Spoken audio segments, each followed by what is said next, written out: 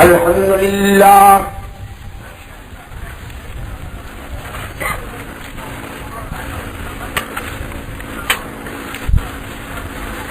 الحمد لله وحده والصلاة والسلام على من لا نبي بعده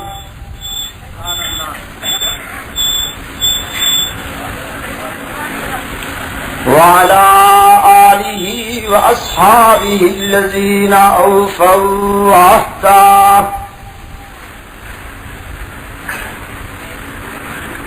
الذين هم مفاتيح الرحمة ومصابيح الهدى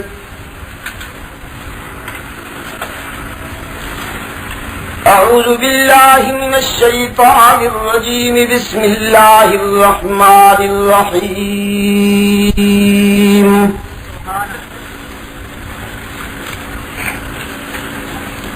وإذ أخذ الله ميثاق النبيين لما آتيتكم من كتاب وحكمة ثم جاءكم رسول مصدق لما معكم لتؤمنن به ولتنصرنه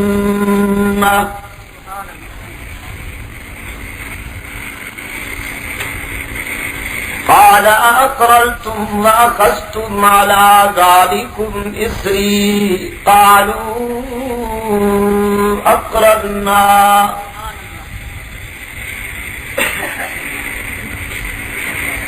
قال فاشهدوا وأنا معكم من الشاهدين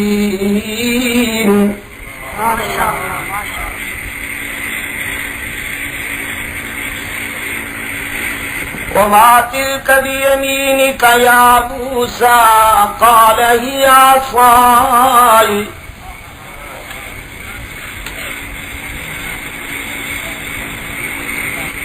أتوكل عليها وأهش بها على غنمي ولي فيها مآرب أخرى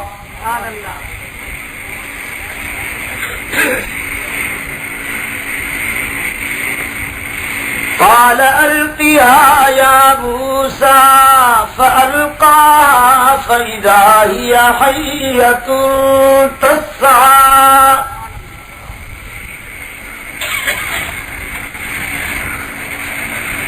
قال خذها ولا تخف سنعيدها سيرتها الأولى واضمم يدك إلى جناحك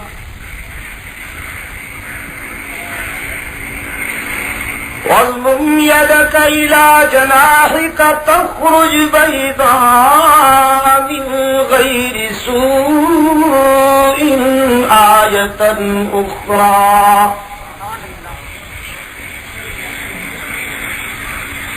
لنريك من آياتنا الكبرى اذهب إلى فرعون إنه طغى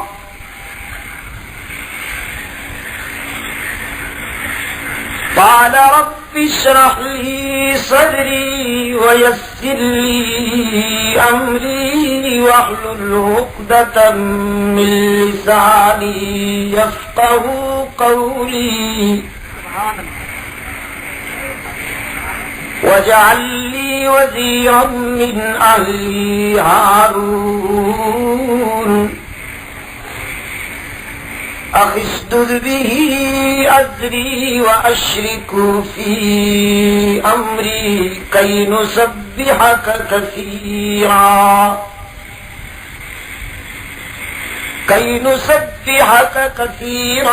ونذكرك كثيرا إنك كنت بنا بصيرا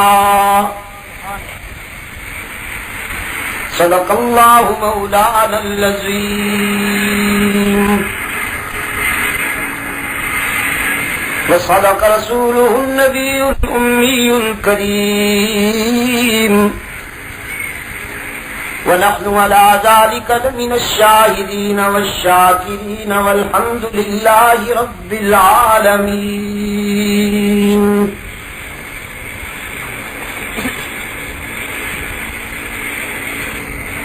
صدر محترم، حضرات علماء کرام، محترم بزرگوں اور عزیز دوستوں،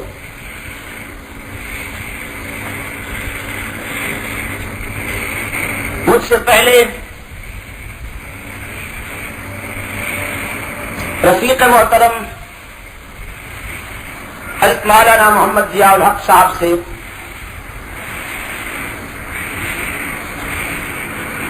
ان کے درد مندانہ خیالات آپ سن رہے تھے، جو انہوں نے اپنی تحریک اور جماعت کے موقف کے متعلق اور اپنے پروگرام کے متعلق آپ کے سامنے پیش فرمائے.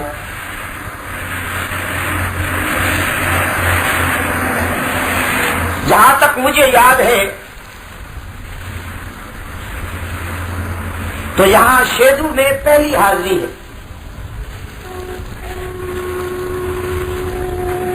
اور اس کے لیے میں مدرسہ عربیہ ربانیہ کے منتظمین کا بھی شکر گزار ہوں، اور مجلس تحفظ حقوق اہل سنت و جماعت پاکستان شیدو کے منتظمین کارکنان کا بھی شکر گزار ہوں کہ جن کی وساطت سے آپ کی ملاقات کا موقع میسر آیا. کچھ معمول اس طرح بن گیا ہے کہ جہاں پہلی مرتبہ حاضر ہوتا ہوں وہاں میں عالم ارواح میں لیا جانے والا وہ عہد اور وہ اقرار یاد دلاتا ہوں جو اللہ نے اس دنیا آب و گل اور دنیا رنگ و بو کو پیدا کرنے سے پہلے اپنے بندوں سے لیا تھا. کیونکہ آج آپ سے پہلی ملاقات ہے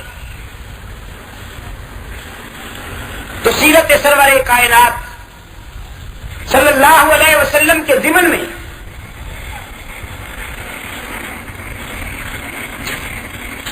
آپ کے سامنے بھی جو کچھ عرض کرنے والا ہوں اس کے لیے میں آپ کو وہ وعدہ یاد دلاؤں گا.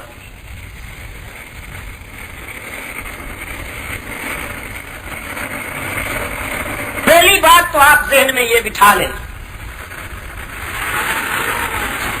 کہ پیغمبر اقدس صلی اللہ علیہ وسلم کی سیرت اور کردار کا تذکرہ قرآن سے بہتر کوئی کتاب پیش نہیں کر سکتی. قرآن ہی وہ بیدار آئینہ ہے کہ جس میں آپ رسول خدا صلی اللہ علیہ وسلم کی سیرت و کردار کو بڑی تفصیل کے ساتھ دیکھ سکتے ہیں اور معلوم کر سکتے ہیں. ام المومنین مریم اسلام حضرت عائشہ بنت صدیق اکبر رضی اللہ عنہما سے ایک مرتبہ فرزندان اسلام نے عرض کیا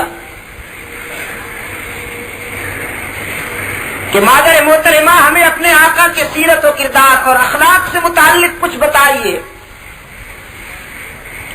کیونکہ آپ کو رحمت عالم صلی اللہ علیہ وسلم کی زندگی میں وہ قرب میسر آیا ہے کہ پوری انسانی برادری میں وہ قرب اور کسی کو میسر نہیں آیا جو سیدہ عائشہ کو میسر آیا. جتنا قریب سے جمال نبوت کو سیدہ عائشہ نے دیکھا ہے انسانی برادری میں، اور کسی کی آنکھوں نے اتنے قریب سے نہیں دیکھا. اور اگر عائشہ کے بعد یہ شرف کسی کے حصہ میں آیا ہے تو وہ صدیقہ کا باپ ہے حضرت صدیق اکبر رضی اللہ تعالی عنہم.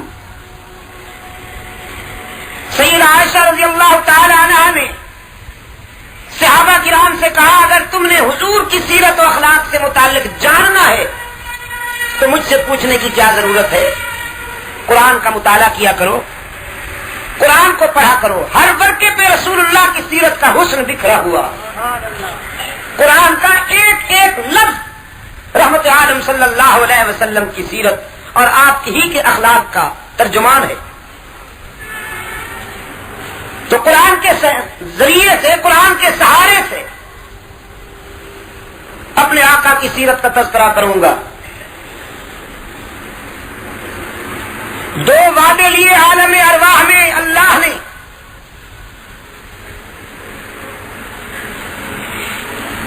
ایک مرتبہ اللہ نے انسانی روحوں کو جمع کیا، خود کو رب منوایا، پھر انسانی ارواح کا اجتماع ہوا تو اپنے محبوب کو رسول منوایا.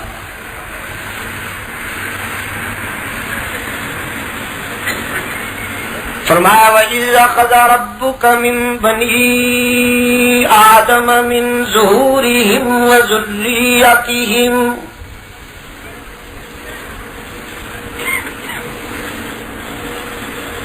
جب وعدہ لیا تیرے پروردگار نے اولاد آدم سے، من بنی آدم،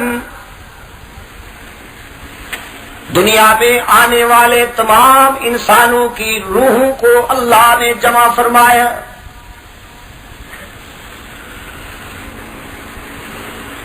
اے کاش کہ مجھے پشتو آتی اور میری یہ بڑی بے قرار تمنا ہے کہ یہ جلدی سے آ جائے.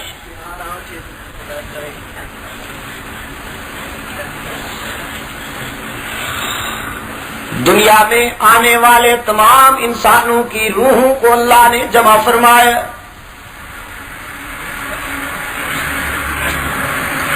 رنگ و نسل کے امتیاز کے بغیر، قوم و وطن کے امتیاز کے بغیر، فکر و نظر کے امتیاز کے بغیر، دنیا میں آ کے ہونے والے کفار کی روحیں بھی جمع ہوئیں، اغیار کی، اشرار کی روحیں بھی جمع ہوئیں، ابرار کی روحیں بھی جمع ہوئیں، نمک حلالوں کی روحیں بھی، نمک حراموں کی بھی، ہرجائیوں کی بھی، یکجائیوں کی بھی، فرمانبرداروں کی بھی، نافرمانوں کی بھی، گوروں کی، کالوں کی، عربیوں، عجمیوں کی، تمام انسان جنہوں نے دنیا میں آنا تھا، رب العالمین نے اپنی قدرت کاملہ سے ان کی روحیں جمع فرمائی. انسانی ارواح کے اس عظیم اجتماع سے خطاب کرتے ہوئے پروردگار عالم نے فرمایا، اے اولاد آدم، مستخاک سے میں تمہیں بنا کر دنیا میں بھیجنے والا ہوں اور پوری کائنات میں تمہیں اشرف بنا کر تمہارے سر پہ انسانی شرافت کا تاج رکھ کے ساری کائنات کو تمہارے لیے مسخر بنانے والا ہوں. دنیاوی زندگی کے اس عبوری مرحلے میں، ادھاک مدت میں، اگر تم نے دنیا میں جا کر میری مرضی کے مطابق زندگی گزاری تو تمہیں اتنی بلندی نصیب ہوگی کہ تمہاری بلندی پر خدا کے فرشتے بھی رشک کریں گے. تمہیں انسان کامل بنا کے بھیجوں گا. زمین کو تمہارے لیے بچھونا بناؤں گا، آسمان کو تمہارے لیے چھت بناؤں گا، اور مسخر کروں گا زمین کو تمہارے لیے کہ جس زمین میں فولاد بھی دفن کیا جائے تو کچھ دنوں کے بعد وہی زمین اور اس زمین کی نمی اسے خاک بنا دیتی ہے. لیکن اے ابن آدم، جب تو اسی زمین میں اپنا دانہ دفن کرے گا تو اس کی نمی خاک نہیں بنائے گی، گلزار بنا کر تیرے ایک دانے کو کئی دانوں میں بدل کے تیری امانت واپس کر دے گی. یہ تفسیر ہے. آسمان کے دامن میں ایسے بلب روشن کر دوں گا، ایسے قمقمے جلا دوں گا، ایسے چراغ روشن کر دوں گا جو قیامت تک فیوز نہیں ہو سکیں گے. ستاروں کو تابانی دوں گا تمہارے لیے، سورج کو درخشانی دوں گا تمہارے لیے، چاند چاندنی کا سرمایہ لے کے آئے گا تمہارے لیے، ندیوں کو بہاؤ دوں گا تمہارے لیے، شاخوں کو جھکاؤ دوں گا تمہارے لیے، سمندروں کو خروش دوں گا تمہارے لیے، طوفانوں کو جوش دوں گا تمہارے لیے، سر سر کو شوخیاں ملے گی تمہارے لیے، صبا کو لطافتیں دوں گا تمہارے لیے، صبح کو سویرا ملے گا تمہارے لیے، راتوں کو اندھیرا ملے گا تمہارے لیے، پھر جانور پیدا کروں گا، کچھ تمہیں اپنا گوشت مہیا کریں گے تمہاری غذا کے لیے، کچھ تمہیں اٹھا کر لے جائیں گے ایک مقام سے دوسرے مقام تک۔ قرآن پاک نے بھی یاد دہانی کرائی، ارشاد ہوا وَلَكُمْ فِيهَا جَمَالٌ حِينَ تُرِيحُونَ وَحِينَ تَسْرَحُونَ وَتَحْمِلُ أَثْقَالَكُمْ إِلَى بَلَدٍ لَّمْ تَكُونُوا بَالِغِيهِ إِلَّا بِشِقِّ الْأَنفُسِ إِنَّ رَبَّكُمْ لَرَءُوفٌ رَّحِيمٌ وَالْخَيْلَ وَالْبِغَالَ وَالْحَمِيرَ لِتَرْكَبُوهَا وَزِينَةً وَيَخْلُقُ مَا لَا تَعْلَمُونَ۔ کچھ جانور تمہارا بوجھ اٹھائیں گے، کچھ تمہیں اپنا گوشت مہیا کریں گے تمہاری غذا کے لیے، کچھ ساری زندگی پنجرے میں بند رہ کر نظر بندی میں گزار دیں گے تمہارے ذوق کی تسکین کے لیے۔ اور رب کائنات نے فرمایا یہ میرا لطف و کرم ہوگا، یہ میری مہربانی ہوگی کہ تم میرے بنو یا نہ بنو، تمہاری بغاوت کے باوجود میری مخلوق تمہاری بغاوت نہیں کرے گی، وہ بہرحال تمہاری اطاعت کریں گے۔ کیوں شہدو والو؟ ورنہ انصاف کا تو یہ تقاضا تھا نا کہ جو بندہ خدا کا وفادار نہ ہو، خدا کی مخلوق اس کی وفادار نہ بنے، لیکن یہ اس کا کرم ہے، اس نے تو جانوروں کو بے زبان پیدا کر دیا تاکہ انسان کی ظلم و زیادتی کے خلاف دنیا کی کسی عدالت میں استغاثہ بھی ظاہر نہ کر سکے۔ ایک اور مقام پہ ارشاد ہوا ان لکم فی الانعام لعبرۃ نسقیکم مما فی بطونہ من بین فرث ودم لبنا خالصا سائغا للشاربین۔ اے ابن آدم، کبھی غور کیا تو نے دودھ کا گلاس پینے سے ایک لمحہ پہلے کبھی غور کیا تو نے کہ کہاں سے آیا، کس نے بھیجا؟ تو دیکھتا نہیں کہ تیرے جانور کی رنگت سیاہ، اس کی گوبر بدبودار، اس کی رگوں میں دوڑنے والا خون سرخ، لیکن کبھی تو نے سوچا کہ وہ کون سی ذات ہے جو تیرے گلاس میں آنے والے دودھ میں جانور کی سیاہی کو بھی شامل نہیں ہونے دے رہا، خون کی سرخی کو بھی شامل نہیں ہونے دے رہا، گوبر کی بدبو کو بھی شامل نہیں ہونے دیا جاتا؟ کہ اگر جانور کی سیاہی، خون کی سرخی، گوبر کی بدبو دودھ میں شامل ہو جائے تو کہیں لطیف ذوق والا میرا بندہ میری نعمت کو قبول کرنے سے انکار نہ کر دے؟ ان تینوں منفی چیزوں میں سے لبنن خالصا سائغا للشاربین، خوش رنگ اور خوش ذائقہ دودھ کی نہریں جاری کرنے والا کون؟ سیاہ بھینس کے سرخ خون اور بدبودار گوبر میں سے خوش رنگ اور خوش ذائقہ دودھ پلانے والا کون؟ چند آوازیں صحیح ہیں اور باقی قابل اصلاح ہیں، اللہ ہی۔ سیاہ بھینس، سرخ خون اور بدبودار گوبر میں سے خوش رنگ اور خوش ذائقہ دودھ پلانے والا کون؟ یہ ہی پہ زور دیجئے، تاکہ ان بیماروں کو بھی شفا کاملہ نصیب ہو جائے جو کہتے ہیں اللہ بھی. اور خصوصاً اٹک کے پل پہ جا کے زور زور سے کہا کیجئے اللہ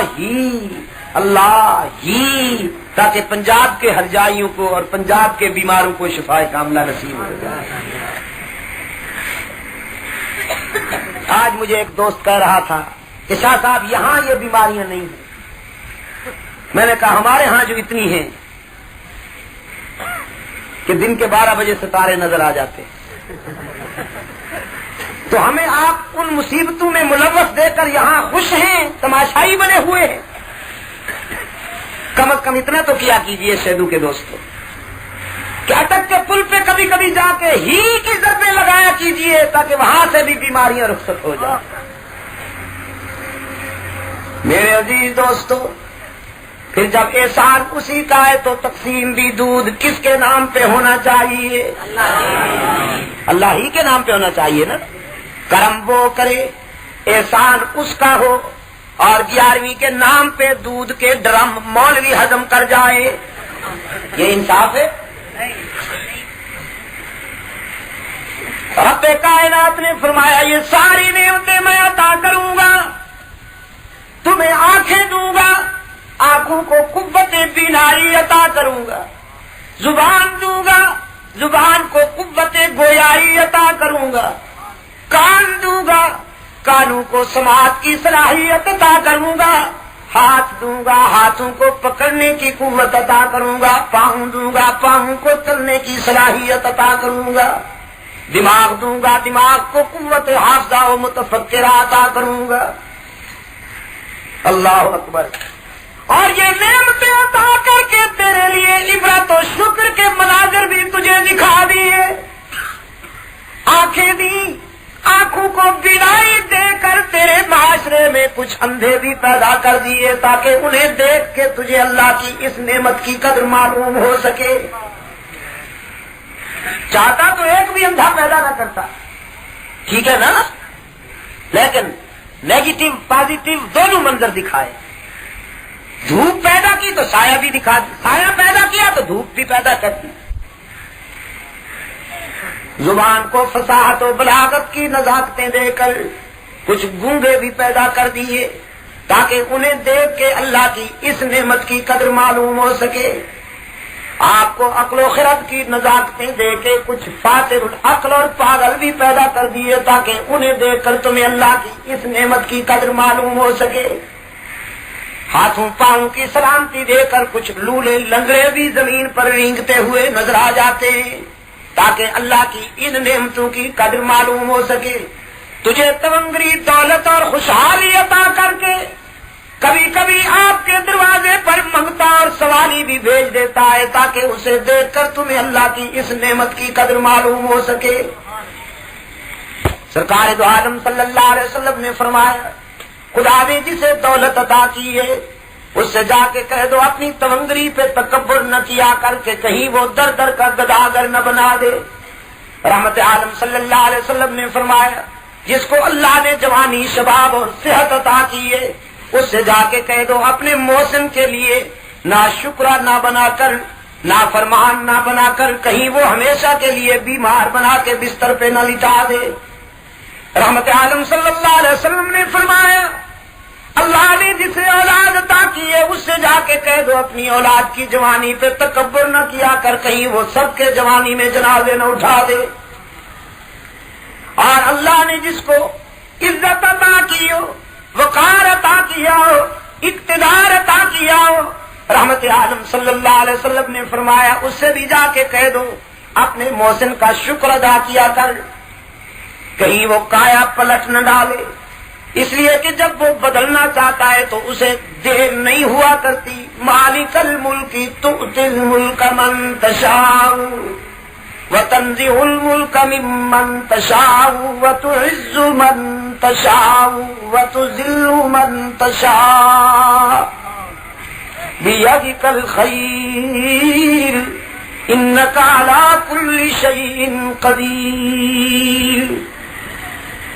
عزیز دوستو، رب رب کائنات نے فرمایا یہ ساری نعمتیں تمہارے لیے پیدا کروں گا اور یہ نعمتیں عطا کر کے بھی دنیا میں تمہیں تنہا نہیں چھوڑ دوں گا. قدم قدم پہ میری رحمت نگران ہوگی, تمہاری پاسبان ہوگی. تم مجھے بھول جاؤ گے لیکن میں ایک لمحے کے لیے بھی تمہیں نہیں بھولوں گا.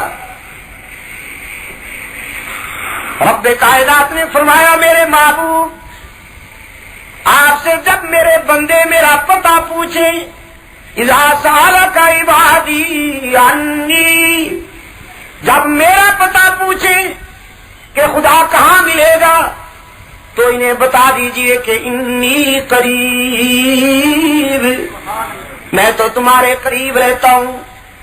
خدا بندہ کتنا قریب ہے تو تجھ سے ملنے کے لیے کتنے دنوں کی تیاری کرے.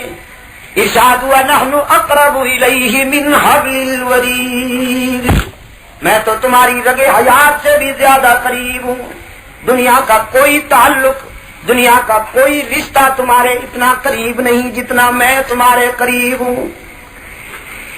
جب اتنا قریب ہوں تو ادعونی استجب لکم, پھر مجھے پکارا کرو نا, میرے در پہ آیا کرو نا, میرے سامنے دامن پھیلایا کرو نا. میں اپنے در پہ آنے والے کو تانا نہیں دیا کرتا, میں اپنے در پہ آنے والے کا ماضی نہیں چھیڑا کرتا.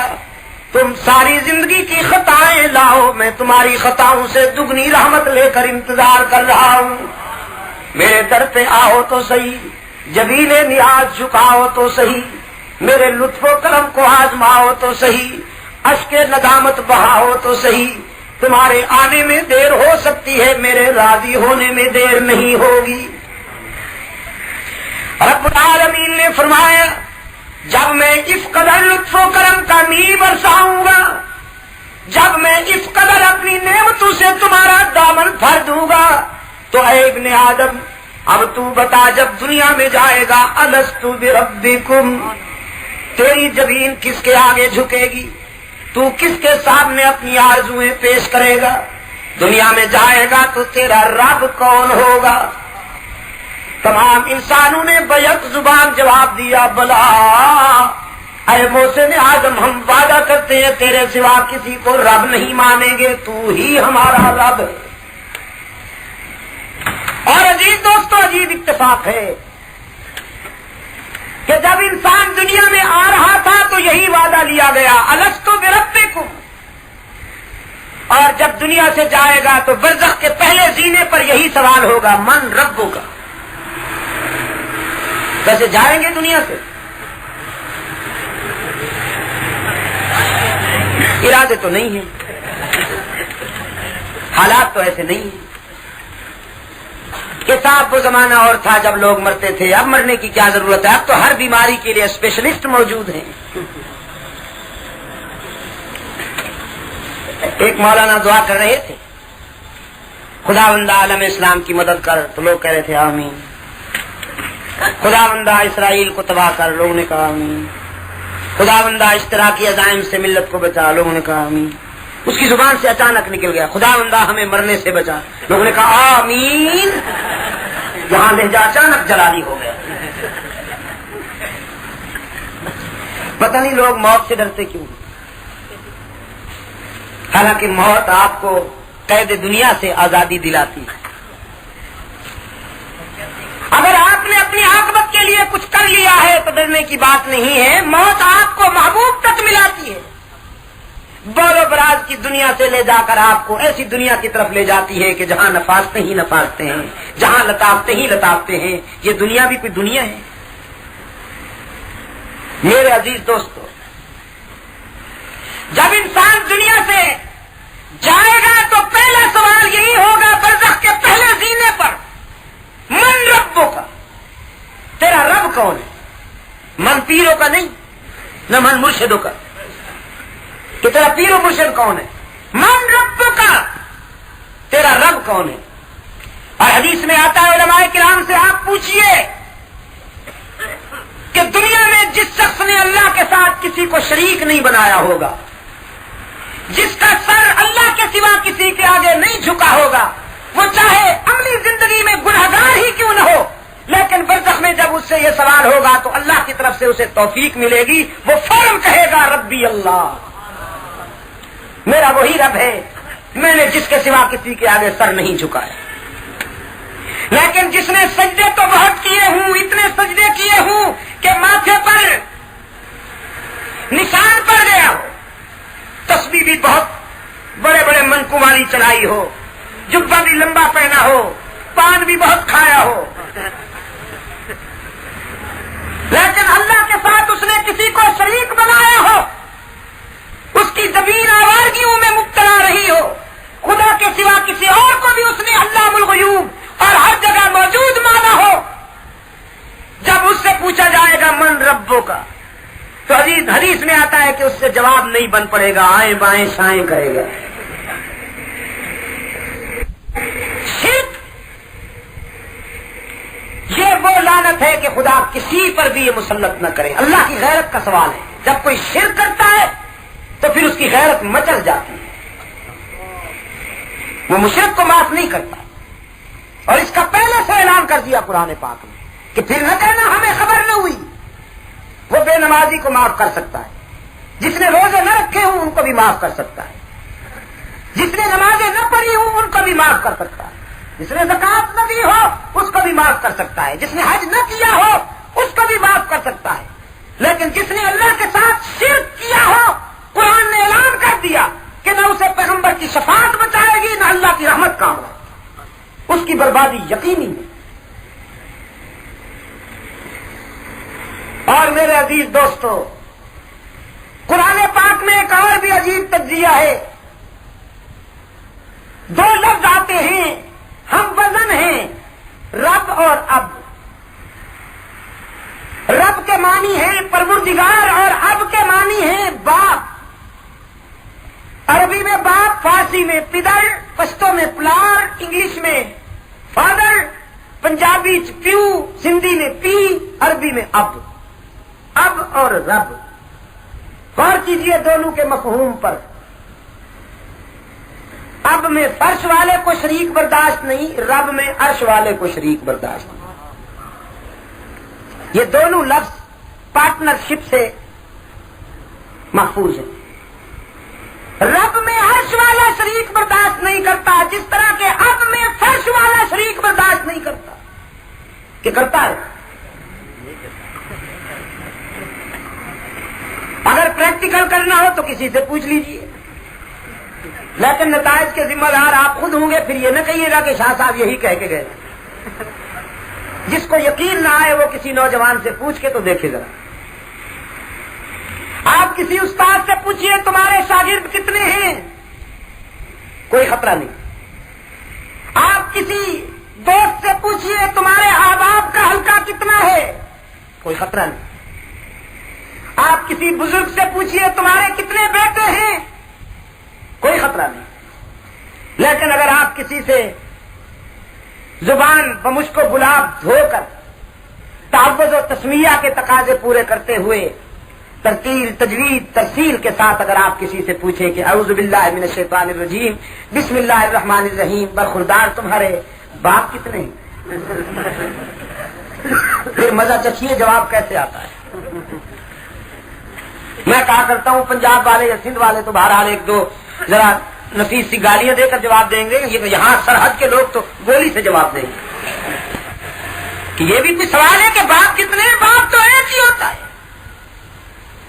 آپ قرآن پاک سے پوچھئے انبیاء کتنے ہیں، رسول کتنے ہیں، صلحاء کتنے ہیں، اتقیاء کتنے ہیں، صدیقین و شہداء کتنے ہیں، قرآن پاک خندہ پیشانی سے جواب دیتا چلا جائے گا۔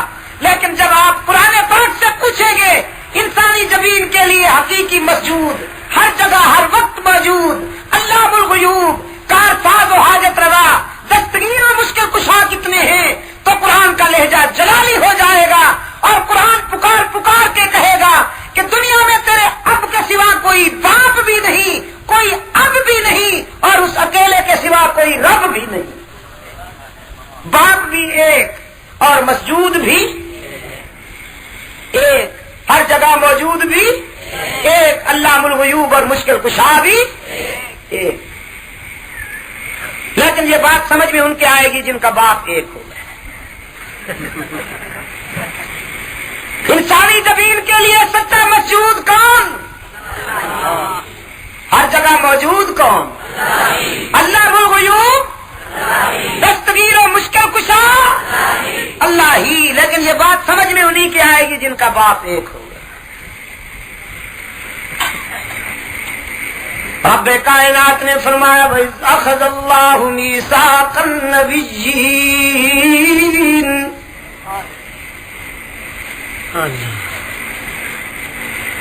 اپنی ربوبیت کا اقرار لینا تھا، تمام انسانوں کی روحوں کو جمع کیا، اپنے محبوب کی رسالت کا اقرار لینے کے لیے انبیاء کی، رسول کی مقدس روحوں کو جمع فرمایا۔ رب العالمین نے فرمایا لما آتیتکم من کتاب و حکمہ، میرے پیغمبرو میں تمہیں کتاب عطا کروں گا اور کتاب کو بیان کرنے کے لیے حکمت عطا کروں گا، تم دنیا میں جاؤ گے اور میرا پیغام میرے بندوں تک پہنچاؤ گے۔ شہدو والو، از آدم تا محمد علیہ السلام صلی اللہ علیہ وسلم کوئی ایک بھی پیغمبر ایسا نہیں آیا جس نے اس کی وحدانیت بیان نہ کی ہو۔ خدا کے گھر میں کھڑا ہوں، علماء کرام کو گواہ بنا کے کہتا ہوں، حضرت آدم علیہ السلام سے لے کر رحمت عالم صلی اللہ علیہ وسلم تک کوئی ایک بھی پیغمبر ایسا نہیں آیا جس نے جھنڈیاں لگا کے گدی نشین بن کے لوگوں کی جیبیں خالی کی ہوں۔ کوئی ایک بھی پیغمبر مجاور بن کے نہیں آئے، انبیاء مجاہد بن کے آئے۔ کوئی ایک بھی پیغمبر تعویذ فروش نہیں، جس کو بھی دیکھو گے سر فروش ملے گا۔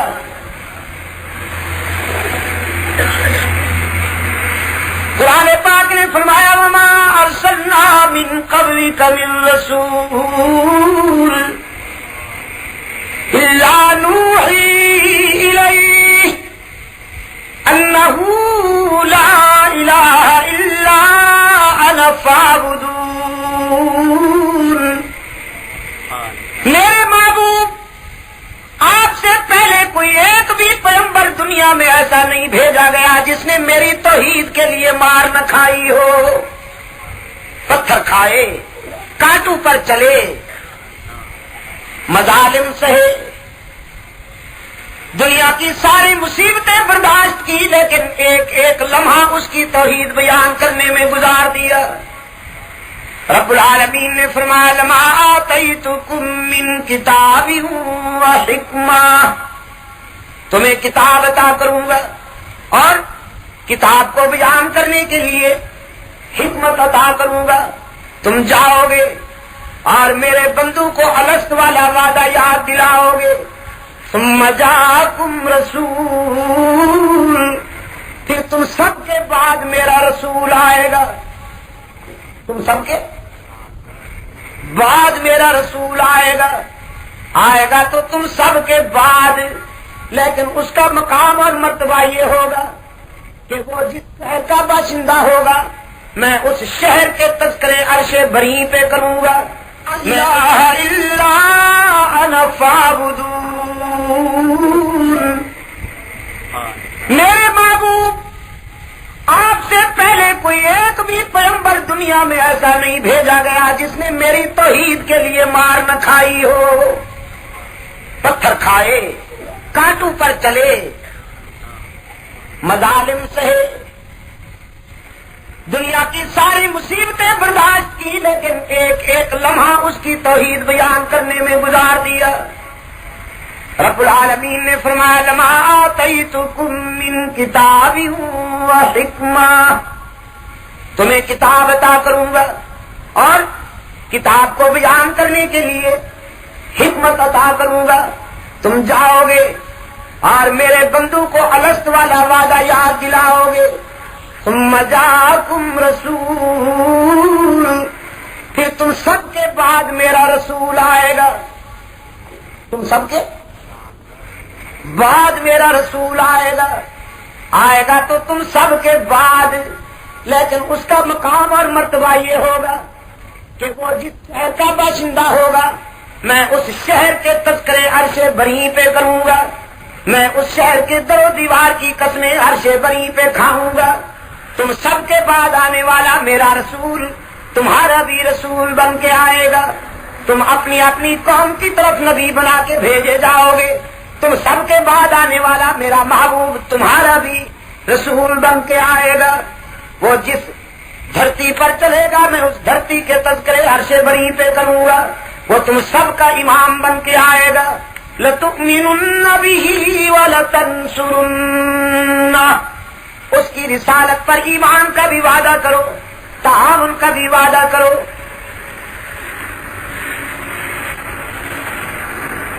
قادیان کی ایک جنس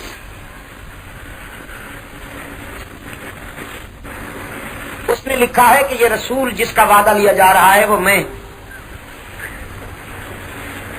مرزا غلام احمد قادیانی، اس کو تو آپ جانتے ہوں گے، ہاں شیطان کو کون نہیں جانتا۔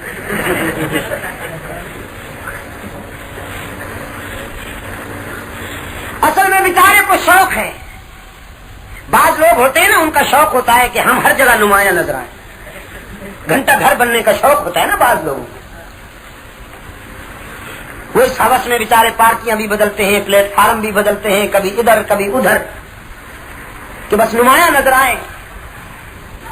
مرزا صاحب کو بھی شوق ہے رسول بننے کا، لیکن پرسنالٹی یہ ہے،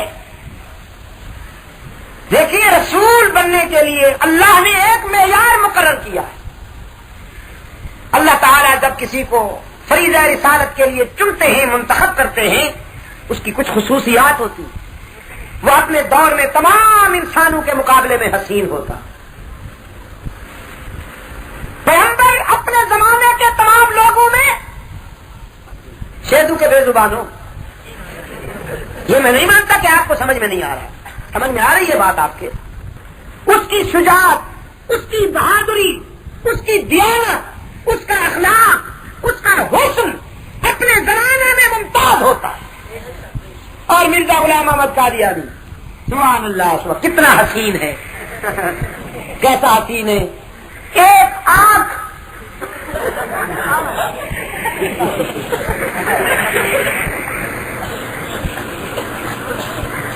میرے عزیز دوستو، نیچے والا بٹن اوپر کے سوراخ میں لگا رکھا ہے، سبحان۔ دیسی جوتا اگر پاؤں بدل جائے تو کوئی فرق نہیں پڑتا، بوٹ پہنتا تھا جب تو دایاں بوٹ بائیں پاؤں میں پہن لیتا تھا، بایاں بوٹ دائیں پاؤں میں پہن لیتا تھا، پرسنالٹی ہے نہیں۔ اور خود اپنی کتاب میں لکھتا ہے سادہ میں اتنا تھا کہ میری جیب میں گڑ بھی ہوتا تھا، گڑ جانتے ہیں، گڑ کہتے ہیں نا، گھوڑا بھی ہوتا تھا، روڑا بھی ہوتا تھا جی، لوٹا، گھوڑا بھی ہوتا تھا، لوٹا بھی ہوتا تھا، تو کہتا ہے لوٹا کھا جاتا تھا، گھوڑے سے استنجا کر لیا تھا، اس کی اپنی کتاب میں لکھا ہوا۔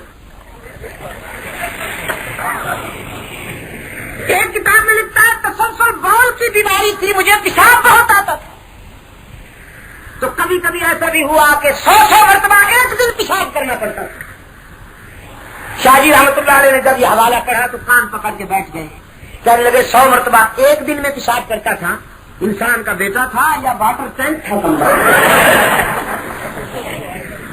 کہ قادیان کی میونسپل کمیٹی کو تو ضرورت ہی نہیں ہے کسی چھڑکاؤ کے لیے واٹر ٹینک کا انتظام کرنے کی، جہاں مٹی اڑے مرزا صاحب کو بلا لیا، آؤ جی حضرت ذرا خیر کھلا جاؤ،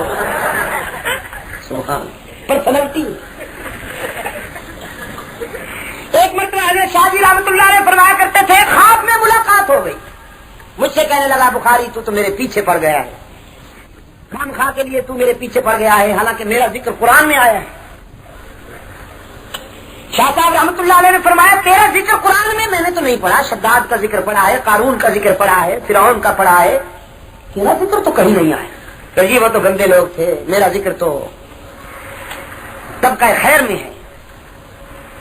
وہ قرآن پاک میں حضرت عیسیٰ علیہ السلام نے جب اپنی قوم کو بشارت دی تھی کہ یاتی من بعد اسمہ احمد، میرے بعد ایک نبی آئے گا جس کا نام نامی اسم گرامی احمد ہوگا، تو میں وہی احمد تو ہوں۔ شاہ جی رحمۃ اللہ علیہ نے فرمایا وہ تو احمد ہے، تو غلام احمد ہے۔ حضرت عیسیٰ علیہ السلام جس کی خوشخبری سنا رہے ہیں اپنی قوم کو، وہ تو احمد ہے صلی اللہ علیہ وسلم، لیکن تیرا نام تو غلام احمد ہے۔ تو کہنے لگا کہ غلام اضافی ہے، غیر ضروری ہے، یہ تو والدین نے یوں ہی لگا دیا تھا، اگر غلام حذف کر لیا جائے تو احمد نہیں بچتا، میں وہی احمد تو ہوں، یہ غلام تو بس ایسے ہی ہے، غیر ضروری ہے۔ شاہ صاحب رحمۃ اللہ علیہ نے فرمایا اچھی بات ہے، تیرا غلام غیر ضروری ہے، یہ والدین نے یوں ہی لگا دیا، تو میرا کیا نام ہے؟ عطا اللہ، کہ میرا عطا بھی غیر ضروری ہے، والدین نے یوں ہی لگا دیا، تو غلام کے بغیر والا احمد ہے، تو میں عطا کے بغیر والا اللہ ہوں۔ جب اللہ کہتا ہے کہ تو میرا نبی نہیں ہے تو پھر تو کہاں سے آ رہا ہے؟ جب اللہ نے تجھے ریجیکٹ کر دیا، میں تجھے اپنا نبی نہیں مانتا ہوں، تو تیری نبوت کے لیے گنجائش کہاں سے نکل آئی؟ اصل میں کہا کرتا ہوں یہ علاج بالمثل ہے، بظاہر کسی کے لیے یہ بات ذرا گراں گزرے، لیکن علاج بالمثل ہوتا ہے نا۔ حضرت ابراہیم علیہ السلام سے جب حرجائیوں نے کہا تھا کہ آپ نے ہمارے بتوں کو تباہ کیا ہے، تو ابراہیم علیہ السلام نے فرمایا بل فعلہ کبیرہم ھذا، تم مجھ پر الزام لگاتے ہو تمہارے چیئرمین نے سب کچھ کیا، یہ جو بیٹھا ہوا ہے نہیں بت خانے میں، یہ اس کی کارکردگی۔ وہ ایک آدمی نے سیب توڑ لیا، سیب کھا رہا تھا، باغ کے مالی کو پتا چلا، دوڑتا ہوا آیا، کہنے لگا تم عجیب آدمی ہو، میری اجازت کے بغیر سیب کھائے جا رہے ہو۔ تھا بڑا ہوشیار، اس نے کہا میں آپ سے کیوں اجازت لوں، میں نے خود سیب سے اجازت لے لی، اصل الوصول سے میں نے اجازت لی ہے۔ جب میں یہاں باغ میں آیا اور سیب لٹک رہے تھے تو میں نے سیب سے کہا تو میں کھا جاؤں، انہوں نے کہا ہاں کھا جاؤ، بس میں کھا گیا، تم سے اجازت لینے کی کیا ضرورت ہے؟ مالی اس سے بھی سینئر تھا، اس نے اس کے بازو سے پکڑ لیا، لے گیا ایک تالاب پر، شدید سردی میں برف جمی ہوئی، پانی کے کنارے پہ جا کے کہتا ہے پانی تیرے اندر اس شریف کو ہوتے دے دوں؟ خود کہتا ہے ہاں دے دو، کہتا آؤ بابو اکیلا۔ اگر تم نے سیب سے پوچھ لیا تھا تو میں نے خود اصل الوصول سے پوچھ لیا۔ یا پھر آپ نے اس خان صاحب کا واقعہ بھی سنا ہوگا کبھی میری کیسٹ میں، کہ ریل میں سفر کے دوران ایک انگریز نے خان صاحب کی پگڑی اٹھا کے گاڑی سے باہر پھینک دی۔ اصل میں اسے سیٹ چاہیے تھی، خان صاحب لیٹ کر سفر کر رہے تھے، پہلے تو اس نے اجازت لی خان صاحب ذرا تھوڑی سی کلوزنگ کر لیجئے، میرے لیے تھوڑی سی گنجائش نکال لیجئے۔ خان صاحب نے جو دیکھا انگریز کو تو کہنے لگا الو کے پٹا چاہے ہم نے لمبا سفر کرنا ہے نہیں، آرام سے کھڑے رہو، اور دوسری طرف منہ کر کے سو گئے خان، اور انگریز کو سیٹ دے دے۔ میں کہا کرتا ہوں اسی دن تو قیامت آئے گی، ان کی عدل سے نہیں بنائی۔ اب انگریز کو جب موقع ملا، خان صاحب بیت الخلا گئے، انگریز نے خان صاحب کی پگڑی اٹھا کے سیٹ سے گاڑی سے باہر پھینکی، اور جب خان صاحب واپس آئے تو دیکھا سیٹ بھی جا چکی ہے، پگڑی بھی غائب ہے۔ مسافروں سے پوچھا بھئی ہماری پگڑی کہاں ہے؟ تو مسافروں نے کہا وہ تو اس انگریز نے باہر پھینکی۔ اب خان صاحب بھی انتظار میں چپ کر کے کھڑے ہو گئے، انگریز کو لیٹرین کی طلب ہوئی، وہ گیا تو اپنا ہیٹ رکھ کے گیا سیٹ پر۔ خان صاحب نے انگریز کے جاتے ہی ہیٹ اٹھایا کھڑکی سے باہر اور حسب ثابت سیٹ پر لیٹ گئے۔ انگریز آ کے کہنے لگا خان صاحب سیٹ دیتا ہے نہیں دیتا ہے تمہارا مرضی، ہمارا ہیٹ کدھر ہے؟ خان صاحب نے کہا وہ ہماری پگڑی کو ڈھونڈنے کے واسطے گیا ہے، تم آرام سے انتظار کرو۔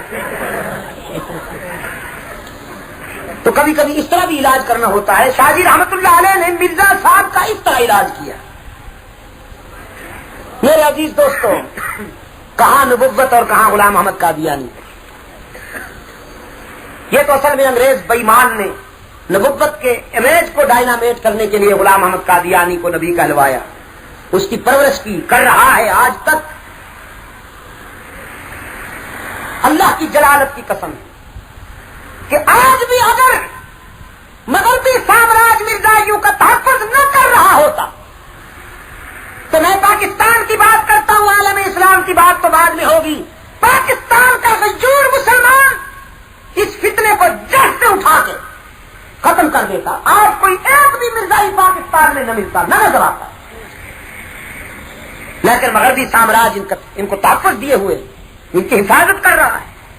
ایسا لٹریچر موجود ہے ہمارے ملک میں، پاکستان کی لائبریریوں میں مرزائیوں کی طرف سے جو لکھا گیا ہے، ایسا لٹریچر، ایسی کتابیں موجود ہیں کہ وہ عبارتیں دہرانا بھی مشکل ہے ہمارے لیے، لیکن وہ کتابیں موجود ہیں۔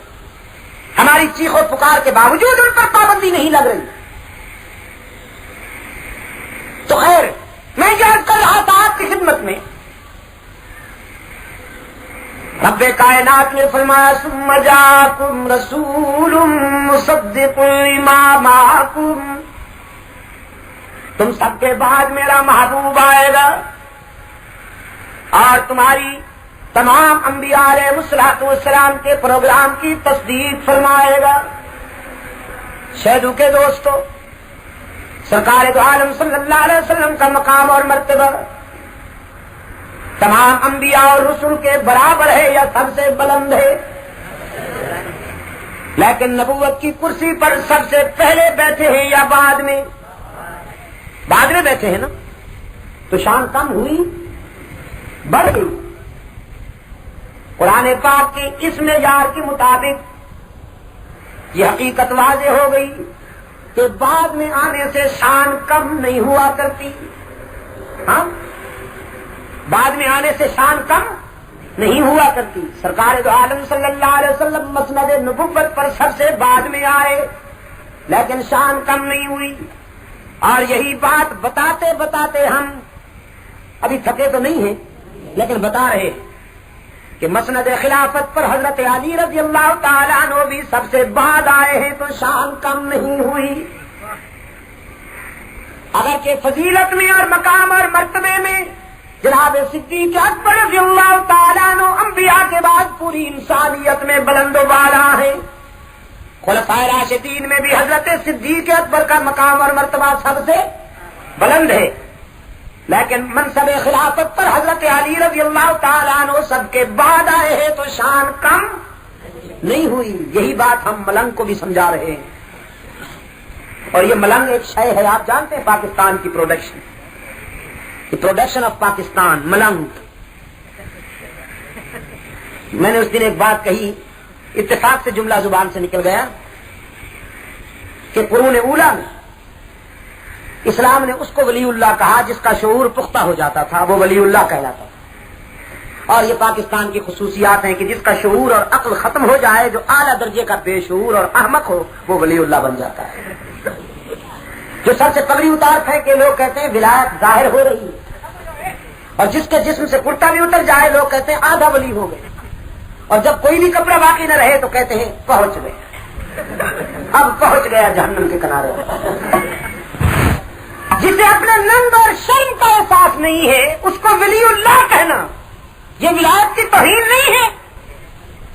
ولی اللہ تو وہ ہوتا ہے عزیز دوستو جو دنیاوی معاملات میں بھی کامل ہو، دین کے معاملات میں بھی کامل ہو۔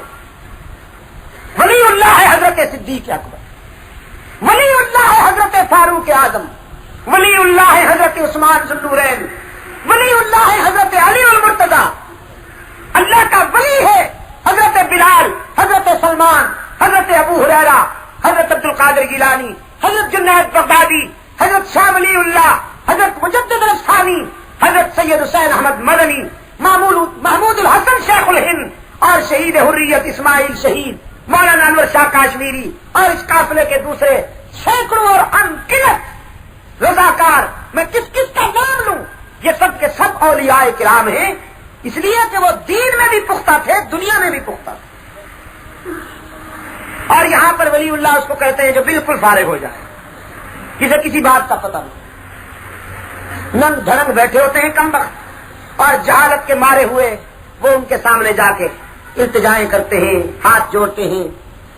میں نے کہا یہ فطرت کی طرف سے انہیں سزا ملتی ہے جاہلوں کے، تم نے خدا کا در چھوڑا تو اب ایسی جنس کے آگے منگتا بنے ہوئے۔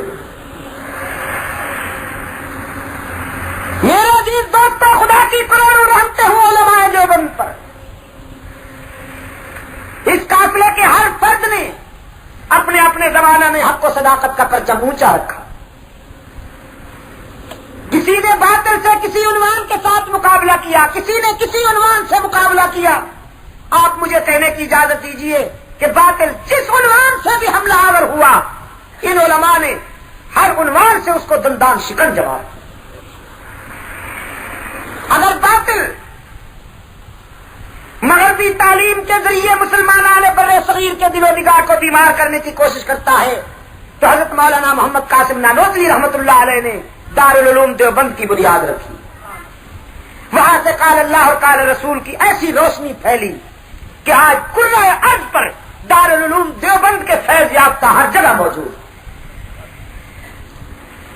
پھر جب صہیونی اور عیسائی مشنریز نے یلغار کی ہے مسلمانان بر صغیر پر, تو اللہ نے مولانا محمد الیاس دہلوی کو یہ توفیق عطا فرمائی کہ انہوں نے تبلیغ کا جھنڈا اٹھایا. بر صغیر میں جو بگڑی ہوئی قومیں تھیں, روہتک اور حصار کے علاقے میں رہنے والے رانگر, جن کے متعلق حضرت تھانوی رحمت اللہ علیہ فرمایا کرتے تھے ان کی اصلاح کے لیے تو کوئی پیغمبر ہی آئے تو ان کو ٹھیک کرے, مولانا محمد الیاس دہلوی رحمت اللہ علیہ نے روہتک اور حصار میں رہنے والوں کو رسول اللہ کا ایسا سچا رضاکار بنایا کہ آج ان کی کوششوں سے تبلیغی جماعت پوری دنیا میں تحریک بن کر اسلامی دعوت کی نمائندگی کر رہی ہے. یہ بات میں بلا مبالغہ کہنے میں حق بجانب ہوں کہ آج کے حالات میں دعوت اسلام کی نمائندہ اگر کوئی تاریخ ہے تو وہ صرف تبلیغی جماعت ہے. صرف اندرون ملک ہی نہیں بلکہ بیرون ملک جا کے میں نے انگلینڈ میں اور یورپ میں جا کے ان لوگوں کی خدمات دیکھی ہیں. وہاں میں نے دیکھا کہ سینکڑوں چرچ اور گرجے ان کی کوششوں سے مسجدوں میں بدل چکے ہیں. جہاں بائبل پڑھی جاتی تھی وہاں رحمت عالم صلی اللہ علیہ وسلم کا قرآن گونج رہا ہے. جہاں گھنٹے بجتے تھے آج وہاں اذانیں دی جا رہی.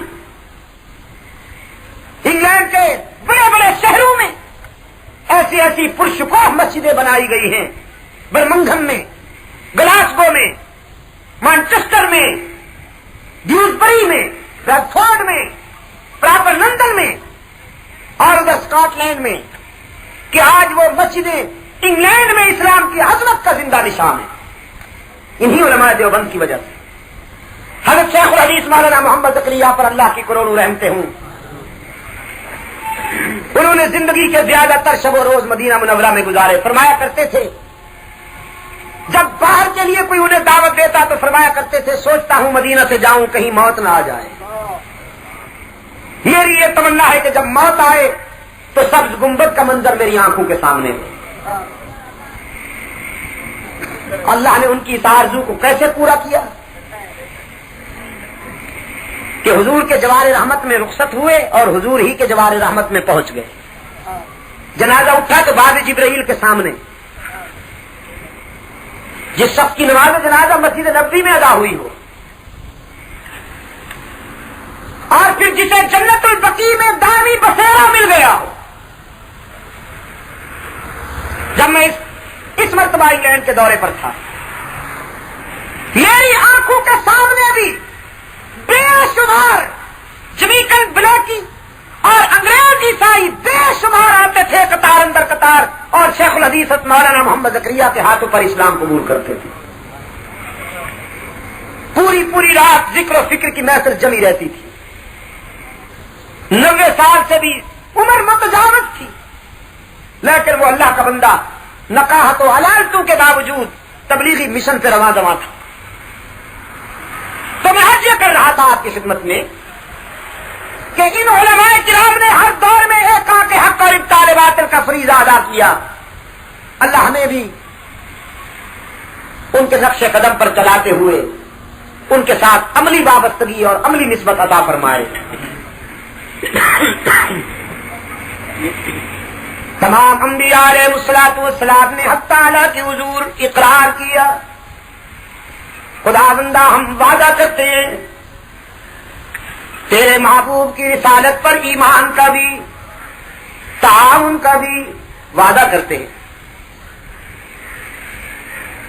حضرت ابراہیم علیہ السلام نے اللہ کے حضور التجا کی تھی تعمیر بیت اللہ کے دوران۔ قرآن پاک نے اطلاع دی وَإِذْ يَرْفَعُ إِبْرَاهِيمُ الْقَوَاعِدَ مِنَ الْبَيْتِ وَإِسْمَاعِيلُ، جب ابراہیم و اسماعیل علیہ السلام کعبہ کی بنیادیں اٹھا رہے ہیں، بیت اللہ کی بنیادیں اٹھا رہے ہیں، اللہ کے حضور التجا کرتے ہیں ربنا تقبل منا انک انت السمیع العلیم، اے ہمارے پروردگار سب سے پہلے تو ہماری اس محنت اور جد و جہد کو قبول فرما لیجیے۔ ربنا وجعلنا مسلمین لک ومن ذریتنا امة مسلمة لك وارنا مناسکنا وتب علینا انک انت التواب الرحیم، اور اے پروردگار ہماری اولاد کو بھی اور ہمیں بھی اپنے در کے سامنے جھکنے والا بنا دے، اپنے گھر کے ادب و احترام کے سلیقے سکھا دے، اور اگر ہماری اولاد میں سے یہاں آ کر کسی سے کوئی لغزش یا کوتاہی ہو جائے تو ہم پیشگی معافی چاہتے ہیں، ہمارے بچوں کی لغزشوں کو بھی معاف فرما دے۔ سرکار دو عالم صلی اللہ علیہ وسلم فرماتے ہیں کیسا شفیق باپ ہے تمہارا ابراہیم، کہ بچے ہزاروں سال بعد آ کے غلطیاں کریں گے، ابراہیم علیہ السلام پیشگی معافی طلب کر رہے ہیں اللہ کے حضور، اور وہاں بیت اللہ میں کوشش کے باوجود انسان کی حیثیت سے کوئی نہ کوئی چھوٹی موٹی غلطی ہو ہی جاتی۔ میں دوستوں کو بتایا کرتا ہوں طواف کے دوران ایک بزرگ نے طواف کے دوران ایسا جملہ کہہ دیا کہ جو انہیں وہاں نہیں کہنا چاہیے تھا۔ جب میں نے انہیں یہ احساس دلایا کہ آپ کی زبان سے بڑا غلط جملہ نکل گیا ہے، اور وہ جملہ نکلا اس وقت جب طواف کے دوران معذوروں کو اٹھا کے جو لوگ طواف کراتے ہیں مزدور، وہ تیزی سے گزرے تو انہیں ٹھوکر لگ گئی، اس پر انہوں نے ایک سخت جملہ کہہ دیا۔ جب میں نے انہیں احساس دلایا تو اب رونا شروع ہوئے، اس قدر رقت طاری ہوئی اس شخص پر، اس قدر رقت طاری ہوئی کہ طبیعت قابو میں نہیں آ رہی، طواف بھی کر رہے ہیں، رو بھی رہے ہیں۔ تو میں نے ان سے کہا کہ آپ کی زبان سے یہ جملہ نہیں نکلنا چاہیے تھا، لیکن اگر نکل بھی گیا ہے تو اس حد تک گھبرانے کی کوئی بات نہیں ہے۔ ہمارے دادا حضرت ابراہیم علیہ السلام یہیں اللہ کے حضور التجائیں کر گئے ہیں وَتُبْ عَلَيْنَا إِنَّكَ أَنْتَ التَّوَّابُ الرَّحِيمُ۔ خدا بندہ اگر میری اولاد میں سے کسی سے کوئی لغزش یا غلطی ہو جائے تو میں معافی چاہتا ہوں، ہمارے بچوں کی کوتاہیوں کو بھی معاف فرماتے جائیے گا، تب جا کے طبیعت ان کی قابو میں آئی۔ میرے عزیز دوستو، بیت اللہ میں بھی اپنی اپنی کیفیت ہوتی ہے ہر شخص کی۔ ہمارے پنجاب کا ایک حاجی دوسرے سے پوچھ رہا ہے، طواف بھی کر رہا ہے، طواف کے دوران پوچھنے لگا یہ کیڑے سائیں مزار ہے جی؟ میں نے کہا دماغ میں مزاریں ایسی گھسی ہوئی ہے کہ اب بیت اللہ بھی مزار نظر آتا ہے، جہلاب سے چڑھا ہوا ہے۔ بالکل صحیح فرمایا، جہلاب سے چڑھا ہوا ہے، آخر کوئی مزار ہی ہوگا۔ تو کسی نے کہا بدبخت یہ تو بیت اللہ ہے، اللہ کا گھر ہے۔ اچھا اچھا اچھا، تو آپ کے شروع عجیب کیفیت ہوتی ہے وہاں پر، ہر شخص اپنے اپنے ضرف کے مطابق وہاں لے آتا ہے۔ میرے عزیز دوستو، حضرت ابراہیم علیہ السلام نے اللہ کے حضور التجا کی، خدا بندہ میرے بچوں کی لغزشوں کو بھی معاف فرما دیجیے، اور اب دامن پھیلا کے عرض کرتے ہیں ربنا وبعث فیہم رسولا منہم یتلو علیہم آیاتک ویعلمہم الکتاب والحکمت ویزکیہم انک انت العزیز الحکیم۔ اے ہمارے داتا، ہم نے بڑے خلوص کے ساتھ تیرا گھر تعمیر کیا، دارالعلوم تو بن گیا، اب اس میں معلم بن کے آنے والا تیرا وہ آخری رسول جس کی رسالت پر ایمان کا وعدہ تو نے عالم ارواح میں لے لیا، اب اپنا وہی محبوب بھی میری اولاد میں سے بھیج دے کہ میں نے تیرا گھر تعمیر کیا ہے، میرا پوتا آ کے اس گھر کو آباد کرے گا۔ اور آباد کیسے کرے گا؟ تیرے آیات کی تلاوت سے، تیرے قرآن کی آیات کے انوار سے۔ وَيُعَلِّمُهُمُ الْكِتَابَ وَالْحِكْمَةَ وَيُزَكِّيهِمْ، اور تیرے بندوں کو کتاب و حکمت کی تعلیم دے کر ان کا تزکیہ نفس کرے گا، انہیں قیمتی بنائے گا۔ خدا بندہ ہماری یہ آرزو ہے، در قبول افتد عز و شرف۔ سرکار دو عالم صلی اللہ علیہ وسلم نے فرمایا میں اپنے دادا ابراہیم کی دعا ہوں، مجھے میرے دادا ابراہیم علیہ السلام نے خدا سے طلب کیا۔ شہدوں کے دوستو، انبیاء علیہ السلام میں یہ انفرادیت سرکار دو عالم کے حصہ میں آئی صلی اللہ علیہ وسلم کے حضرت ابراہیم علیہ السلام نے انہیں خدا سے مانگا، اور پھر ایک صحابہ میں بھی ایسا منفرد اور خوش نصیب ہے کہ جسے خود رحمت عالم صلی اللہ علیہ وسلم نے خدا کے در سے مانگا۔ حضرت موسیٰ علیہ السلام نے اللہ کے در سے حضرت ہارون کی فصاحت مانگی، ابراہیم علیہ السلام نے اللہ سے رحمت عالم صلی اللہ علیہ وسلم کی عظمت مانگی، اور پھر خود رحمت عالم صلی اللہ علیہ وسلم نے اللہ سے فاروق اعظم کی جلالت و غیرت مانگی۔ اللہ نے دونوں آرزویں پوری کی، ابراہیم علیہ السلام کی دعا کی بھی لاج رکھ لی، رحمت عالم صلی اللہ علیہ وسلم کی التجاؤں کی بھی لاج رکھ لی۔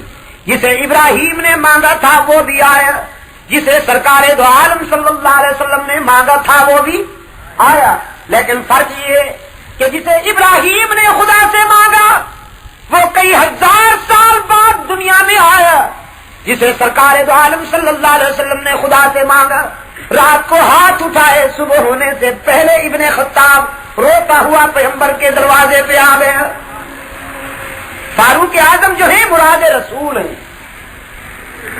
حضرت علی کے داماد ہیں اور رحمت للعالمین کی مراد ہیں۔ شاہ جی رحمت اللہ علیہ سے پوچھا گیا تھا، سید عطا اللہ شاہ بخاری رحمت اللہ علیہ سے، کہ علی میں رضی اللہ تعالیٰ عنہ اور عمر میں رضی اللہ تعالیٰ عنہ کیا فرق ہے؟ حضرت علی میں اور حضرت عمر میں کیا فرق ہے؟ تو شاہ جی رحمت اللہ علیہ نے فرمایا علی حضور کے مرید ہیں اور عمر حضور کی مراد ہیں۔ علی اور باقی تمام صحابہ وہ ہیں کہ جنہیں اسلام کی طلب ہوئی، اور فاروق وہ ہے کہ جس کی اسلام کو طلب ہوئی۔ باقی سب خود آئے اور فاروق اعظم وہ ہے کہ اسے اللہ کے رسول نے خدا کے در سے مانگا۔ میرے عزیز دوستو، اس دارالعلوم میں کہ جس کی بنیادیں اٹھائی ہیں ابراہیم و اسماعیل علیہ السلام، رحمت عالم صلی اللہ علیہ وسلم معلم بن کے آئے۔ جو جماعت تیار کی میرے آقا نے، قرآن پاک نے اس جماعت کا تعارف کراتے ہوئے بتایا محمد الرسول اللہ والذین معه اشداء علی الکفار رحماء بینہم تراہم رکعا سجدا یبتغون فضلا من اللہ ورضوانا سیماہم فی وجوہہم من اثر السجود ذالک مثلہم فی التوراۃ ومثلہم فی الانجیل۔ رب العالمین نے فرمایا محمد عربی میرا سچا رسول ہے، اور اس دعوے کی دلیل کے طور پر صحابہ کرام کو پیش کرتے ہوئے ارشاد ہوا والذین معہ، ان کے ارد گرد بیٹھنے والوں کو دیکھو، کوئی صدق کا تاجدار ہے، کوئی عدل کا تاجدار ہے، کوئی حیا و سخاوت کا تاجدار ہے، کوئی زہد و ولایت کا تاجدار ہے، کوئی بہادری اور شجاعت کا تاجدار ہے، کوئی تفقہ اور سیاست کا تاجدار ہے، کوئی وفاؤں کا علمبردار ہے، میرے محبوب کے ارد گرد بیٹھنے والے قیمتی انسان ہیں، میرے محبوب کی سچائی کے گواہ ہیں اور دلائل و براہین نبوت ہے۔ صحابہ کرام جو ہیں دلائل و براہین نبوت ہیں میرے عزیز دوستو۔ جس کیس کے گواہ جھوٹے ہو جائیں وہ کیس کامیاب ہوتا ہے کہ ناکام؟ جس کیس کے گواہ جھوٹے ہو جائیں وہ کیس ناکام ہوتا ہے نا۔ تو صحابہ کرام جو ہیں یہ رسول اکرم صلی اللہ علیہ وسلم کے موقف کے عینی گواہ ہیں۔ اس لیے سرکار دو عالم صلی اللہ علیہ وسلم نے فرمایا اللہ اللہ فی صحابی، میرے صحابہ کے معاملے میں خدا کے غضب سے ڈرنا، ان پر تنقید نہ کرنا،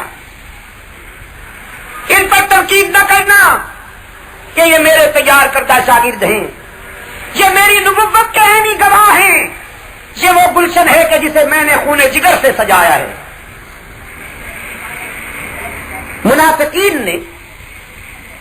منافقین چاہے ماضی کے ہوں یا حال کے، انہیں اتنی تو جرأت نہ ہوئی کہ وہ بذات خود اور براہ راست پیغمبر پر تنقید کریں، انہوں نے دلائل و براہین نبوت پر تنقید کی، صحابہ کرام پر تنقید کہ نبی خود تو بڑا اچھا ہے، ان کا خاندان بھی بیدار ہے، لیکن جو ان کے ارد گرد بیٹھنے والے تھے وہ ذرا اچھے نہیں تھے۔ وہ بتانا یہ چاہتے ہیں کہ جو نبی اپنے ساتھ بیٹھنے والوں کو قیمتی نہیں بنا سکا، اس کا انقلاب قیامت تک کے لیے انسانی قافلے کی رہنمائی کیسے کر سکتا ہے؟ ہم صحابہ کرام کو کامیاب مانتے ہیں اس لیے کہ ان کا استاد کامیاب ہے۔ ہمارے نزدیک صحابہ کرام اس لیے کامیاب ہیں کہ ان کا دارالعلوم منفرد ہے، ان کا نصاب تعلیم منفرد ہے، انہیں تعلیم دینے والا استاد منفرد اور کامیاب ہے، اس لیے ہمارے نزدیک یہ لشکر بھی سب کا سب کامیاب ہے۔ قرآن پاک نے صحابہ کرام کو حزب اللہ کہا کہ یہ فرش پہ میرے محبوب کا لشکر ہے، عرش پہ اللہ کا لشکر ہے۔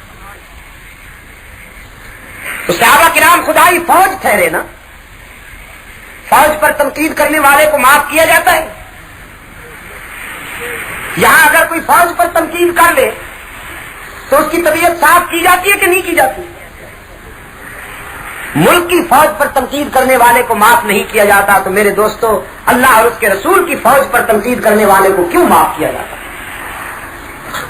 اور صرف تنقید نہیں، ابھی مولانا نے آپ کو ایک کتاب کا حوالہ دیا، میرے پاس ایک اور کتاب بھی ہے، اس پر ابھی تک آپ کے سرحد میں پابندی نہیں لگی نا؟ لگ چکی، یہ پکی بات ہے الحمدللہ۔ تو اب ایک صوبہ باقی ہے، اس پر پابندی لگوانے کے لیے انشاءاللہ جا رہا ہوں۔ پنجاب میں بھی اس گندی کتاب پہ پابندی لگ چکی، سندھ میں بھی اس پر پابندی، ابھی میں نے وہ خبر دکھائی ہے مولانا کو، اور ہم ان باتوں کی تعریف کرتے ہیں۔ دیکھیے میں یہ بات واضح کر دینا چاہتا ہوں، میرے سی آئی ڈی کے دوست بھی آئے ہوئے ہوں گے، پتہ نہیں آج انہوں نے کیا لکھا ہے، ان کے لیے یہ بھی میں مواد دے دوں کہ مجلس تحفظ حقوق اہل سنت و جماعت خالصتاً ایک دینی اور مذہبی تاریخ، اس کے مروجہ سیاست سے کوئی تعلق نہیں۔ ہمارے مشن اور ہمارے پروگرام میں صرف اور صرف یہ بات ہے کہ ہم صحابہ رسول کا دفاع کرتے ہیں، اور ہمارا یہ پروگرام ہے کہ پاکستان میں دور خلافت راستہ کے مطابق منصفانہ معاشرہ قائم ہو جائے۔ یہاں اگر حکمرانوں کی عزتیں محفوظ ہیں، دستور میں اور قانون میں اس کی گنجائش ہے، تو ہماری یہ جد و جہد اور کوشش ہے کہ صحابہ رسول کی عزت و ناموس کو بھی تحفظ ملنا چاہیے، ملنا چاہیے کہ نہیں ملنا چاہیے؟ اور وہ ہاتھ وہ کلمے کیوں برداشت کی جاتی ہیں جو اس قسم کی کتابیں لکھتی؟ جس کتاب کے سرحد میں پنجاب میں اور سندھ میں پابندی لگائی گئی ہے، اور اچھا ہوا ہے، اس اقدام پر میں حکومت کو خراج تحسین پیش کرتا ہوں۔ اس کتاب میں لکھا ہوا ہے کہ ابو بکر منافق، الیاذ باللہ، یہ باتیں کہتے ہوئے بھی میری روح لرز رہی، لیکن میں آپ کو اس لیے بتا رہا ہوں کہ اس طرح کی کتابیں بھی ملک میں لکھی جاتی، اور کہا یہ جاتا ہے کہ صاحب کوئی بات نہیں، رواداری ہونی چاہیے. یہ خوب رہا. کوئی شخص شعلہ لے کے آئے کسی کا گھر جلا دے اور گھر والے سے کہا جائے کوئی بات نہیں، رواداری ہونی چاہیے، محبت اور پیار سے رہنا چاہیے. محبت اور پیار سے رہنا چاہیے تو پہلے اس کو کہو شعلہ بجھائے. اتحاد اور اتفاق کا مفہوم یہ ہے کہ ہم اہل بیت کے غلام ہیں، وہ صحابہ کے غلام ہوں. ٹھیک ہے نہیں؟ میں نے اس اسلام آباد دعوت دی کہ آئیے اتحاد کا مظاہرہ کرتے ہیں. اسٹیٹ بینک کے ہال میں کانفرنس بلائیے، وہ بھی آئے، میں بھی آتا ہوں. میں اس کانفرنس میں حضرت علی رضی اللہ تعالیٰ عنہ کا مقام پیش کروں گا. میں اس کانفرنس میں حضرت حسنین کریمان کا مقام پیش کروں گا. میں اس کانفرنس میں سیدہ فاطمہ رضی اللہ تعالیٰ عنہا کی عظمت بیان کروں گا.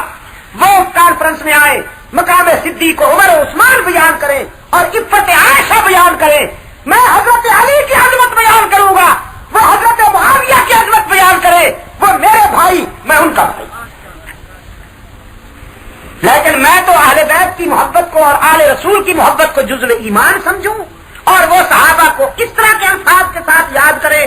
پھر بھی اگر میں انہیں اپنا بھائی کہوں تو مجھ سے بڑا لعنتی کون ہو؟ آپ مجھے بتائیں کہ جو صدیق و عمر کو منافق کہے وہ ہمارا بھائی ہو سکتا ہے؟ جو حضرت عائشہ رضی اللہ تعالیٰ عنہا کو ایسے الفاظ کہیں تو جو میں زبان پہ نہیں لا سکتا، وہ ہمارا بھائی ہو سکتا ہے؟ اس کتاب میں لکھا ہے، اب بھی وہ میرے پاس ہے، جس نے دیکھ لی، اس کا فوٹو اسٹیٹ ہے. کتاب یہ خالد بن ولید سیف اللہ کہاں تھا؟ یہ تو سنی مولویوں نے گھر لیا ہے. سیف الشیطان تھا، وہ زانی شرابی تھا. یہ تحریریں قابل برداشت ہے کوئی؟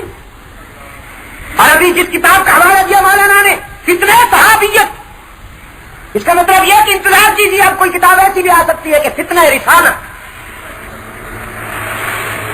حد ہو گئی.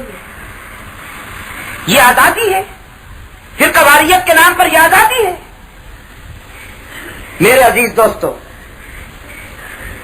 مجلس تحفظ حقوق اہل سنت و جماعت کا یہ مشن ہے کہ صحابہ کرام اور اہل بیت پیغمبر کے خلاف جو قلم اور آواز اٹھے اس کے خلاف احتجاج کیا جائے اور جس حد تک ہو سکے ایسی آوازوں کا سد باب کیا جائے.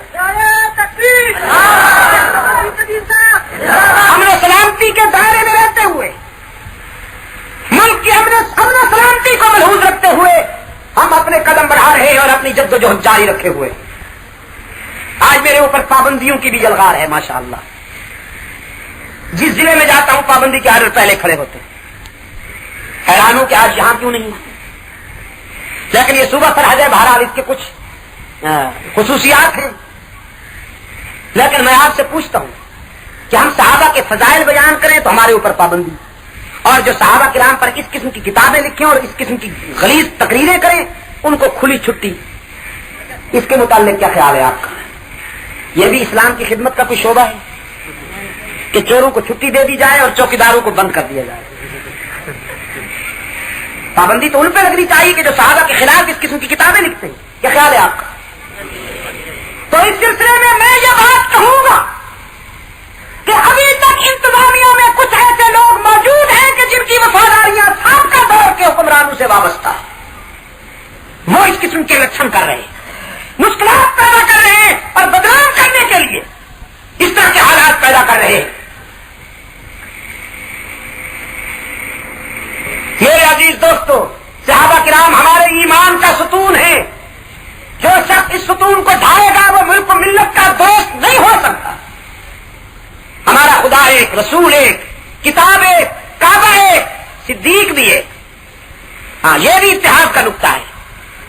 یہاں آ کے رک نہ جانا کیجیے کہ ہمارا خدا ایک، کتاب ایک، رسول ایک، کعبہ ایک اور بس نہ. صدیق بھی ایک، ہمارا فاروق بھی ایک، عثمان بھی ایک اور علی بھی ایک. اس بنیاد پر ہمارے اندر مرکزیت اور وحدت پیدا ہو سکے گی. اللہ تعالی ہمیں اس مشن میں اپنے فضل و کرم کے ساتھ کامیابی نصیب فرمائے اور حق و صداقت کے راستے میں استقامت عطا فرمائے. وآخر دعوانا الحمدللہ رب العالمین. میں بے حد آپ حضرات کا شکر گزار ہوں. یہ میری 2 کتابیں ہیں. تقریر تو آپ نے سن لی. تحریر جن دوستوں نے دیکھنی ہو، یہ نوائد الویس، اس میں سید عطاء اللہ شاہ بخاری کی تقریروں کے اقتباسات میں نے جمع کیے ہیں رحمۃ اللہ علیہ. اور یہ اسلام و انسانیت میرے دورہ یورپ کی ڈائری ہے، وہاں جا کے میں نے جو کچھ محسوس کیا، بالخصوص تبلیغی سلسلے میں یا دعوت اسلام کے سلسلے میں وہاں جو کام ہو رہا ہے، یہ اس کا تذکرہ بھی ہے. اور انگلینڈ میں ہونے والی سیرت کانفرنسوں میں میری 5 منتخب تقریریں بھی کیسٹ سے نقل کر کے اس میں دے دی گئی ہیں. یہ بھی پڑھے لکھے حضرات کے لیے انشاءاللہ مفید مواد ہوگا. میں مجلس تحفظ حقوق اہل سنت و جماعت شیدو کے کارکنان اور جامعہ ربانیہ کے کارکنان اور منتظمین، معلمین، متعلمین، اساتذہ کرام اور آپ تمام بزرگان دین کا شکر گزار ہوں جن کی کوششوں سے ہمیں یہ ملاقات کی سعادت حاصل ہوئی. اللہم ثبتنا علی صراط المستقیم. اطلاع یہ ہے کہ انشاءاللہ 17-18 جون 17-18 جون کو مری میں خلافت راشدہ کانفرنس ہو رہی ہے. میں تمام ان اہل سنت بھائیوں سے کہ جو کاز اور مشن کے تقاضوں کو سمجھتے ہیں انہیں یہ دعوت دوں گا کہ وہ اس کانفرنس میں شرکت کی ابھی سے تیاری کریں. انشاءاللہ 7, 8, 9 جون کو کلات، مچ اور خزدار میں کانفرنسیں ہو رہی ہیں مجلس تحفظ حقوق اہل سنت و جماعت کی طرف سے. 10, 11 جون کو انشاءاللہ پراپر کوئٹہ میں خلافت راشدہ کانفرنس ہوگی. اب کوئٹہ میں تو آپ جا نہیں سکیں گے، بہرحال دعا کر دیں کہ اللہ ہمیں اس میں کامیابی نصیب فرمائے. اللہم ثبتنا علی صراط المستقیم. اللہم زینا بزینۃ الاسلام واجعلنا ھداۃ مہتدین. خداوندہ عالم اسلام کی مدد فرما. مسلمان جہاں کہیں مظلوم ہیں، مقہور ہیں، ان کی دستگیری فرما، مشکل کشائی فرما. ہماری تمام سری جاری جلی خفی خطاؤں کو معاف فرما. الہ العالمین یہودیوں اور عیسائیوں کے ظالمانہ ارادوں سے ملت اسلامیہ کو محفوظ و معمول فرما. اشتراکی لٹیروں سے اور روس کے انسانیت کش ارادوں سے ملت اسلامیہ کو محفوظ و معمول فرما. موجودہ حالات میں جو اس وقت عرب کے اندر بے قراری نظر آ رہی ہے، الہ العالمین اس کا بھی ازالہ فرما. خداوندہ خمینی کو بھی اس فتنے سے بھی ملت اسلامیہ کو محفوظ فرما. یہ جب سے آیا ہے عجیب طوفان ہے، کبھی اندرون اور کبھی بیرون. اللہ ہمیں ان تمام مصیبتوں سے محفوظ و معمول فرمائے. پاکستان کو الہ العالمین امن و سلامتی کا گہوارہ بنا اور اسے قرآن و سنت پہ مبنی آئین عطا فرمائے.